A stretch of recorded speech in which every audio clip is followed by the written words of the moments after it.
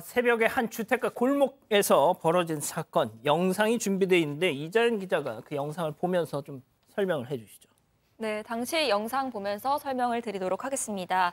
어제 새벽 경남 김해 한 주택가 사거리의 영상인데요. 이 검은색 차량 한 대가 지금 영상이 나가고 있는데 이 검은색 차량 한 대가 빠른 속도로 달려오더니 이 골목을 걸어가던 보행자 2명을 그대로 들이받았습니다. 이 남성은 사고 직후에 놀란 일행이 119에 신고하려고 했더니 흉기로 위협을 합니다. 그리고 차에 치여서 길에 쓰러져 있는 여성을 향해서는 흉기를 휘둘렀는데요. 이 목격자인 한 시민이 도주로를 막아서고 차량을 뒤쫓았는데 이 신호까지 위반해가면서 달아나는 이 차량을 따라잡을 수는 없었다고 합니다. 자, 들이받았어요. 쓰러집니다. 피해자에게 그것도 모자라서 흉기까지 휘둘렀다. 도대체 왜, 양 변호사님? 가해 남성과 피해자가 연인 사이였던 걸로 지금 알려졌습니다. 그러니까 같이 식당까지 운영할 정도의 사이였었는데 아니, 연인인데 왜요? 이제 헤어지자는 얘기를 전화로 이별을 통보를 했다라고 합니다. 그래서 다시 뭐 만나보겠다 해서인지 계속해서 연락을 했는데 이제는 그 여자친구가 아니라 다른 남자가 전화를 받더라는 겁니다. 그거에 격분해서 사실 그 가해자가 였던 건 김천이었고요. 집 피해를 당한 장소는 김해였거든요. 제가 찾아보니까 중심과 거리가 150km 정도 떨어진 건데 거기를 한달음에 차를 몰고 달려와서 이 흉기를 들이받고 흉기까지 휘두른 겁니다. 이별 통보를 받고서 뭐 설득을 하려든 무슨 목적이었는지 모르겠지만 다시 한번 전화를 했는데 엉뚱한 남성이 전화를 받았다. 그래서 김천에서 김해까지 무려 150km를 달려서 저짓을 했다는 건데, 자, 팀장님, 그럼 피해자 상태가 지금 어떤가요? 저 악랄한 피해자가 지금 가해를 해가지고 피해자 상태가 병원으로 옮겨졌습니다. 옮겨졌는데도 불구하고 의식을 아직 찾지 못한 상태이기 때문에 중태에 빠졌어요. 좀 더 두고 봐야 될 것 같은데 같이 피해를 당했던 분은 경상이라고 합니다. 어찌됐든 간에 지금 그 의식을 잃은 그 여성분 빨리 회복하기를 진심으로 바랍니다. 예. 자, 그런데 이 흉기를 휘두른 가해자, 이별 통보를 받은 게 처음이 아니었다고 하는데요. 이번 사건 체크포인트 짚어보죠. 도망쳤었는데 누가 누구에게서 도망쳤다는 겁니까? 피해자가 이 피의자로부터 도망을 쳤었다는 얘긴데요. 이 피해자는 이미 남성에게 3달 전에 이별을 통보한 상황이었습니다. 하지만 이 남성이 계속해서 만남을 요구해 왔습니다. 이 피해자가 헤어지자고만 하면은 다 죽여버리겠다 이런 식으로 협박을 했던 겁니다. 결국 이 남성을 피해서 몰래 김해로 집을 옮긴 상황이었습니다. 하지만 결국 이 남성에게 거주지를 들키고 말았고요. 아하. 붙잡혀서 일주일에 한 번씩 이 남성을 만나러 김해에서 김천까지 올라갔었다고 합니다.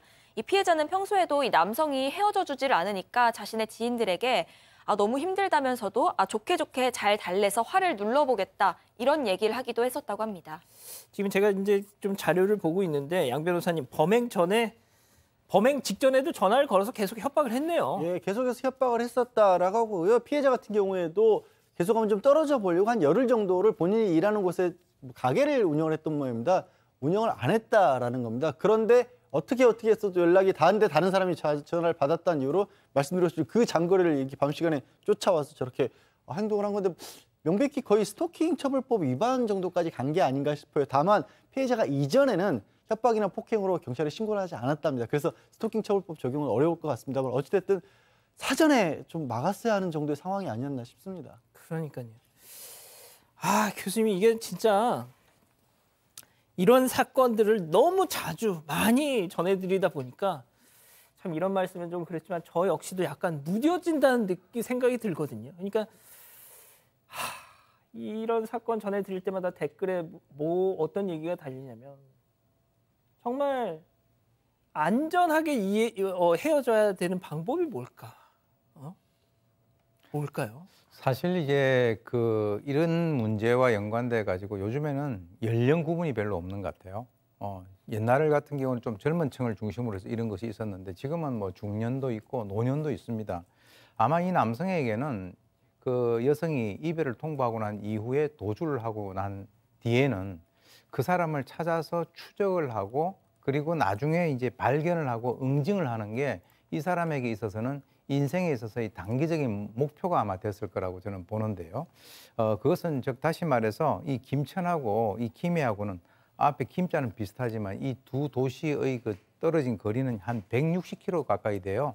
근데 전화를 했더니 다른 사람이 전화를 받았다라고 하는 그 사실, 그것이 바로 이 사람의 어떤 그 복수라든가 분노의 어떤 그 심리에 불을 지른 것이고, 앞뒤 가리지 않고 거기서 기다리다가 결국 해코지를 큰 일을 저지르고 말은 것이죠. 예. 자, 일단 범행 직후에 차를 타고 달아났습니다. 하지만 뭐 붙잡혔죠. 예. 그렇습니다.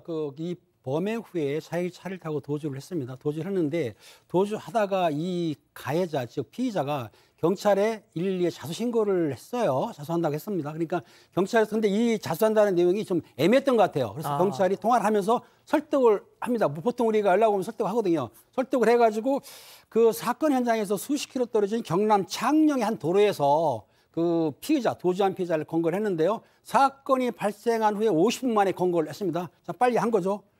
검거하면서 경찰이 물어봤겠죠. 왜 그 사고를 냈냐 그랬더니 이별 통보에 화가 났다. 아니, 화가 나도 그렇지 어떻게 여자를 차로 이렇게 부딪히게 하고 또 쓰러진 여자를 흉기로 찌릅니까? 정신 상태가 잘못된 사람인데, 그래서 경찰은 이 남성에 대해서 아직 여성분이 사망하지 않았기 때문에 살인 미수로 구속영장을 신청할 예정입니다. 예. 아무튼 뭐 빨리 큰일로 이어지지 않고 일어나셨으면 좋겠는데, 자, 교수님이 좀 마무리 말씀 좀 해주시죠. 네, 보통 이런 사람들은 나하고 사귀는 것은 너희 자유인데 나하고 헤어지는 것은 너희 자유가 아니다 하는 이런 생각을 가지고 있습니다. 이런 사람들은 이제 통상적으로 성장 과정에서 애착이라든가 이런 것에 대한 뭐 어떤 결핍을 느끼기 때문에 일단 한번 자기가 마음에 드는 사람이 자기로부터 떠나간다는 그 사실 자체에 대해서 용납을 할 수가 없는 그런 상태죠. 그러니까 이 애착이 변질되게 되면 그것이 집착으로 변하는 거거든요. 그래서 이 사람들의 기본적인 생각은 내가 만약에 소유할 수 없으면 파괴하겠다라고 하는 아주 무서운 생각들을 하고 있기 때문에 이러한 종류의 이별 범죄가 끊이지 않고 발생을 하고 있는 것입니다. 알겠습니다. 아직 안 끝났습니다. 이거 눌러주세요.